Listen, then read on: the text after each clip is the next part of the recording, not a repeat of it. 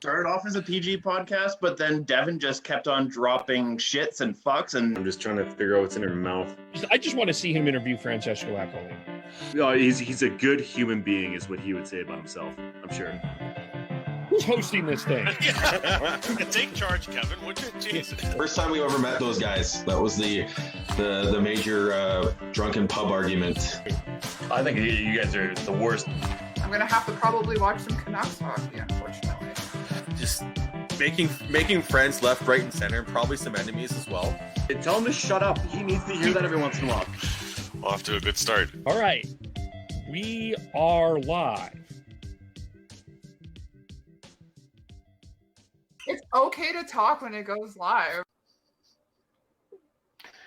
Well, hello, everyone, and welcome to the Hockey Podcast. You can follow us on Twitter at podcast_hockey.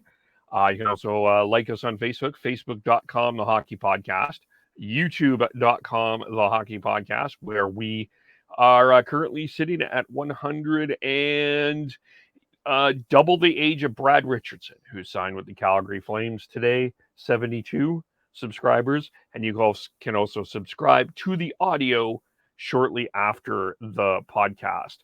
And we are here. One of the things that we will be doing a little bit more of, since I contribute to the Dub Network, is we wanted to broaden our horizons a little bit. And one of the areas that is not covered as much is the WHL.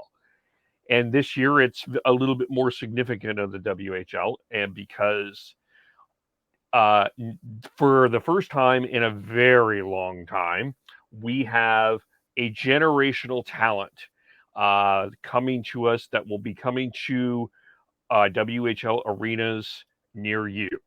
And he plays for the Regina Pats. You may have seen a little bit of a snippet of him at the U18s last year. We're talking about Connor Bedard. And Matt Rowe covers and follows the Regina Pats. And he has joined us to give us a little bit of an introduction today on who Connor Bedard is, why we should be watching Connor Bedard when you have the opportunity to go see him at a junior arena, and what are the expectations around the Regina Pats. Matt, thanks for joining us. You're welcome. Thanks for having me. Thank you. Are you excited that the WHL is back and you can probably go to games? I said probably there. Yeah. Yeah, we'll see what happens with COVID and everything, but so far it looks like up here as a go anyways. I saw things change a little bit out there for you guys. The WHL announced with the border crossing issues that BC Division's only going to be playing BC Division during October, and same with the American Division. But out here it looks like we're going to be having lots of hockey between us and the East Division and the Alberta Division, so should be good times. Exciting to see Connor play live. I know just going to training camp and watching him, it's unreal. Like you can tell he's, got that skill level above everybody else. So yeah, definitely excited to hit some games up this year and hopefully watch him score some big goals. Yeah. So tell us, who is Connor Bedard? Like, just tell us why is he so special from your perspective? Kind of give the fans out there who have never heard of Connor Bedard, tell us about him. Tell us why we need to be watching him. He's just different. You can just see he puts everything together. Like his skill level with his hands, his skating, his vision, his hockey IQ, it's all there. It's just amazing watching him on the ice, how he uses it all to create space for himself, to put himself around guys. The way he shoots the puck is unbelievable. He finds spaces and openings in the goalie, puts the puck in places not a lot of guys in this league can all the time. Yeah, he just puts it all together. It's pretty incredible. Just thinking about watching him skate and the cuts he makes to create space for himself and open up ice for himself, find passing lanes, find teammates. It's a different level, especially what we're used to in the last couple of years in our rebuild in Regina. And yeah, it's definitely exciting. Haven't seen much of this since when we had Sam Steele and Adam Brooks, but he's even another level above those guys, which is pretty unbelievable. Yeah, you mentioned okay, so I want to get to the where Regina is at here in terms of the rebuild. You mentioned that, but when I interviewed Peter Labardius, he sort of said a little bit of comparative Patrick. If there was a comparable, he said sort of Patrick Kane. Would that be an accurate one, or is there a comparable that you have in your mind when you watch him? I don't really have a comparable. I could see it definitely just because he's got the slick hands and the smooth skating. He's just on another level. Like I know a lot of people say he's the next McDavid, and I know there's differences in their game a little bit. He's not as fast, doesn't have quite the size McDavid does anyways yet, and I don't think he'll get to that size, but yeah, you can just tell his hockey IQ, his vision, and what he does with the puck. I could definitely see a comparison to Kane for sure. I guess if you wanted to go by, like, I know lots of people use the Crosby comparison, but he is that smaller guy, but has the tree trunk legs and that kind of thing. And just the way he moves around the ice with the puck and creates space for himself. Fair, okay, yeah. Oh, it's interesting. Okay, yeah, 5'9", 165, so not huge under any circumstances. So for sure. So in terms of the city, in terms of like the excitement around Connor Bedard right now, in terms of the city, where is that at? You know what? The media is all over, always doing interviews. I know lots of people are excited to get into the rink. There's an ice cream truck that parks outside our legislative building that's offering free ice cream for Connor, and will be, I'm sure, until they close down here in fall. But yeah, definitely, I think lots of people are excited to get into the rink just to get a glimpse of him. Hopefully, I don't know how full it'll get with COVID and stuff, and I don't know if we'll have restrictions going into the season, but definitely you can tell on social media, lots of people are sharing clips of him, lots of people are talking about him, and yeah, I think everyone here is excited for the next big thing in Regina to show off what he's got. Yeah, and then in terms of the rebuild, I guess maybe let's go. Who is he going to be playing with mostly? Well, they made the trade for Zach Stringer from Lethbridge there a few weeks ago. So I think he's going to get every opportunity to play on one of Connor's wings. At camp here the last couple days, they had Tanner Howe playing on his other wing, and he's another up-and-comer that's also only 16, and he had some games last year in the bubble. Showed pretty well. I think he had 2 points in 8 games, but he's probably a good candidate. I think you could probably put maybe Cole Dubinsky on his one wing because he's got some skill and he likes to fly up the ice with the puck a little bit. And then maybe a Jacob Brook because he's got some speed to go up the ice to skate with Connor. He's not as skilled, but yeah, he's definitely got that speed. And then I have a couple other notes here. Could be like a Sloan Stanek. He's showed some good skill in camp here. Like he's improved a lot. He might be another candidate to play on his wing, but I think it's going to be trial by fire other than Stringer maybe for a while, but we'll have to see. Do you like in terms of like where the Pats are right now, do you see them sort of in a win now mode? Like, do you see them like if they get to the point of going for a championship, do you see them this year getting to the point of like finding that winger from somewhere else, making a big move if they don't have it there, or are they just going to ride with what they have? Or I think this year they're probably going to feel it out at least till the deadline, I would think, especially with COVID and everything going on. And I think there's other teams that maybe don't know exactly what they have yet and maybe don't want to offload. I think that's where the Stringer trade kind of maybe came from. they got what they could get for now. I think this year's probably playoffs is definitely an expectation. I'm not sure about a championship or Mem Cup run. Next year is probably going to be the year once they kind of feel out this year. Maybe they'll make a couple trades this year to solidify the team and then see where they go from there. But I'm thinking more next year if they're going to make a championship run. So playoffs in terms of the East Division, who are the big contenders for you at this point? Well, I think just in my opinion, from other people I've talked to, Brandon and Winnipeg will probably be at the top there. They're bringing back some good players. Winnipeg loses Peyton Krebs this year. He'll be in the NHL with Vegas, but they're bringing back Savoy's coming back from the USHL. They're bringing back Connor McLennan, Connor Geekie, Carson Lambos. Most of those guys are drafted. Geekie's a pretty high-ranked pick for this year's draft, as well as Savoy. Savoy might even be a top 2. Brandon's bringing back some pretty good players too. They do lose Braden Schneider and I think a couple of their top 20-year-olds, but they do have a couple young guys that are going to be looking to step up into the lineup. And then I think after that, you're looking at Saskatoon and Moose Jaw. Expect Moose Jaw to do some things this year with Braden Yeager, Eric Allery, those guys, Cole Jordan, Ryder Korzak, and they solidified their goaltending this year by making the trade for Carl Tedachuk from, I believe it was Lethbridge.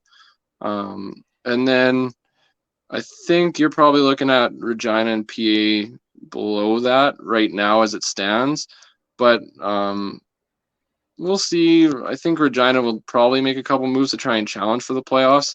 And I know it's the 1 versus 8 format this year. I haven't taken a deep dive into the Alberta division, but Edmonton's definitely probably going to rule that one. And I think Medicine Hat will be up there, but we can probably compete with some of those other Alberta teams for a playoff spot this year, I think. And I think last year, if we would have had a playoffs in a full season, the Pats' expectation was to go to the playoffs. So this year's definitely make the playoffs for them. Yeah. Okay, cool. Like in terms of recruiting, I guess for Regina, I mean, in terms of just most of this is draft, but in terms of like other, like as example, if the CHL import draft or things like that, do you think Connor Bedard will be an influence for some players that may like want to choose, like as an example, choose the college route or the WHL route? Do you think Connor can be an influence in that?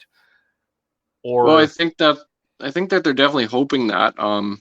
They got Stanislav Svozil here this year. He went straight to Columbus camp, but he should be arriving here for the beginning of the regular season. And I know they're trying to lure Bedard's buddy Matthew Wood here.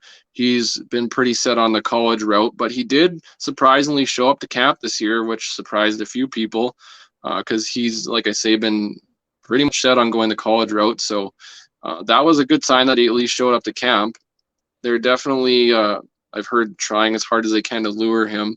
So I think that's the hope that having Connor here will get some guys to sign. And I know they've got another guy from Finland. They're trying to, one of their Euro picks, they're trying to woo here. John Paddock said probably not right away, but could be later in the winter. And that would be a big get. I believe his name's Joaquim Cannell. Hopefully I pronounced that right. But he's a first round rated pick for this upcoming draft as well. So that would be a big get too. Cool. And John Paddock, of course, he's well known in the NHL. How do you think he will do this year? Paddock for like bringing in guys, you mean? Yeah, bringing in guys and coaching the team and sort of kind of tell it like what's your perspective on him? Well, I'm sure he's trying real hard. He is just the general manager now. Dave Struch is the coach now. So I think he is probably still looking for some guys to bring in. I know this is a little maybe off topic, but our strength is going to be our defense this year, I think. And we're kind of backlogged at defense. So I'm wondering if maybe he packages a couple defensemen and some picks and tries to get some more forwards in here. I haven't really heard much, so I don't know if he's kind of keeping it close to himself to what he's going to do. But I think the expectation is that he goes out and tries and makes a couple more moves, at least to solidify a playoff spot. And then, like I said, next year will be more of a championship run thing. You can't ever doubt John Paddock. He's done some good things with this team, especially since when he first got here and we had those championship teams. And he's got a good pedigree. He's won AHL championships. He's coached in the NHL. So, I mean, definitely don't count out what John Paddock can do and his influence. That's for sure. Who are some so if I missed it, sorry, who are kind of the defensemen that you're particularly high on? Well, so we had Riker Evans got drafted in the second round this past draft. He's definitely going to be our top defenseman.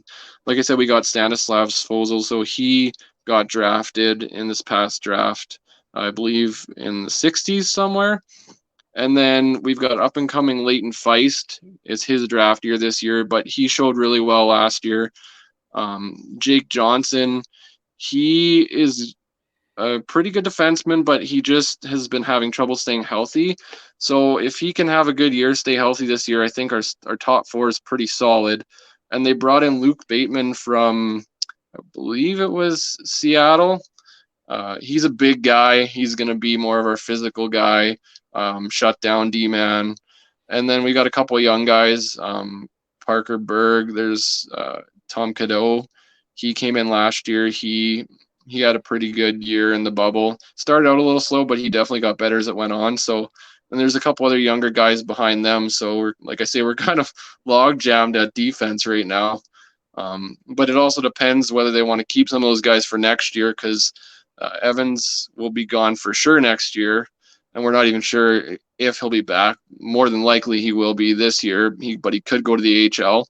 And then whether Svozil's back next year as well could be a thing too. But like I say, we're for sure log jammed at defense for this year anyways. So I guess a couple of other three more that I'm sort of one about Connor, but I kind of wanted to just because it just popped in my head. What is the ticket situation in Regina? Because if I was led to understand that there was a bit of a controversy that season tickets were going up quite significantly. Was that happening, or did I misunderstand that?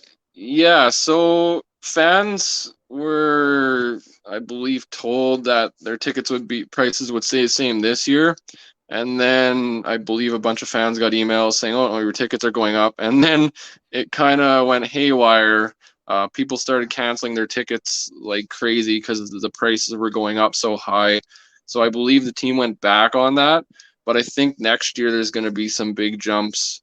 I think the team just thought with Bedard being here, they could just expect fans to pay more. I'm not really sure, but they definitely went back on that. But that definitely turned fans like against them a little bit, because they jacked some prices up a couple $100 a ticket for the season. So, but yeah, they went back on that for this year. So we'll see what happens next year as well, and whether fans continue to be upset about that, or will show up to games, or it just takes time for them to get over it.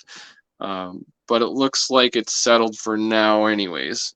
I haven't seen single game prices yet. They haven't released those, so we'll see how that goes too. Well, I mean, and I imagine too that with COVID and sort of the people really aren't sure what's going on in terms of everything else with health. I don't imagine that they're going to want to pay more, even though this is a time to see a player like this as a special time. You're still battling a number of other elements there with COVID and economy and all of that. It would be it wouldn't be the smartest thing to be raising prices just coming as we are in a pandemic. I want to say as we're coming out. I mean, as we are in a pandemic. Yeah, absolutely. Definitely a lot of people were hurting from what happened with the economy, layoffs and stuff, people having to go on CERB. The pandemic definitely messed a lot of things up that way. So it was kind of a bad time for them to try and do that. I can understand their thinking is, well, people are just going to come see Connor, so we can kind of see what happens. But their backlash was quite a lot. And yeah, I definitely saw a lot of people were saying they canceled their tickets. Multiple people in their sections were canceling tickets. And then all of a sudden an email came out saying, oh no, we're going back on it. So like it should be okay for this year, but I don't know how many people ended up still keeping their tickets after all, because I think a lot of people were just peeved about it, But I think people are still excited to see Connor, so people will get back in the rink and maybe season ticket sales will pick up again here. In terms of just we'll kind of stick with this here in terms of a broader league perspective. We haven't seen a WHL player of this magnitude. I'm trying to remember if I can think of one even close, and I can't think of one right now. But he's not. I mean, there are other 16-year-olds that I think are starting to make an impact for sure. But this is a real opportunity for the WHL to kind of make some headway in terms of broader coverage nationally, kind of get on the map a little bit. How, like in your mind, do you see? What are you hoping happens with the WHL in terms of a broader broadcast base where people can start seeing players like Connor Bedard and some of the other young talent that is in this league? Well, they did sign that new deal with TSN for this year. I know it's a limited amount of games. I think and I think it was a CHL like wide thing. I'm just gonna move here because the light's going down. Hopefully, it'll attract some of the games back to Regina with TSN. I know they have their new package that they started last year, the CHL package. I think their CHL is trying to hype that up pretty big. I saw the prices came out. Someone tweeted them yesterday, I believe, and they're actually pretty reasonable. There's just league packages for the individual leagues, and then there's a whole package for the whole CHL. But I think all the interviews and stuff with TSN and Sportsnet and all the podcasts that are trying to get them on, that kind of thing, will increase the visibility for the league, and it'll spread around social media around the world, and that'll definitely help it out. And like you said, there's multiple other talents that are in that age group that are going to be probably having pretty big years this year. So I think that will help the league out as well, because you're going to have storylines with Bedard versus Savoy, Bedard versus Jaeger, with Gunther hopefully coming. Yeah, Gunther, those kind of storylines. Hopefully that gets out there on social media. People see that on Sportsnet and TSN and the bigger stations, and that'll broaden the visibility to people all over. There's a overager looking to try and get drafted in his 19-year-old season. Yeah, that's about it. Just enjoy the Bedard show, because it's going to be fun, and he's going to play against some other good talented guys, and you're not going to want to miss it. Awesome. Well, Matt, thanks for coming on. How do we follow you? You can follow me on Twitter at CollectsDex. I know it's a bit of a mouthful, but I think you retweeted it out earlier. And yeah, I'll just be tweeting about the Pats this season, and I'm sure lots of other people will be as well. Awesome. Of course, you can follow me, KVOLE. Sean is Beardy Canuck 03. Tyler, TNOBLE. Chris is Schneid's, SCHNEIDZ. Devin Gordhouse 09. Podcast _hockey. Facebook.com, The Hockey Podcast. YouTube.com, The Hockey Podcast. Subscribe to the audio, YouTube, wherever you see us. And thanks, everyone. Thanks, Matt, for coming on. Hopefully this is a great taste of Connor Bedard. We'll be doing more WHL stuff. and we will talk to you all very soon. Bye for now. Thanks, Kevin.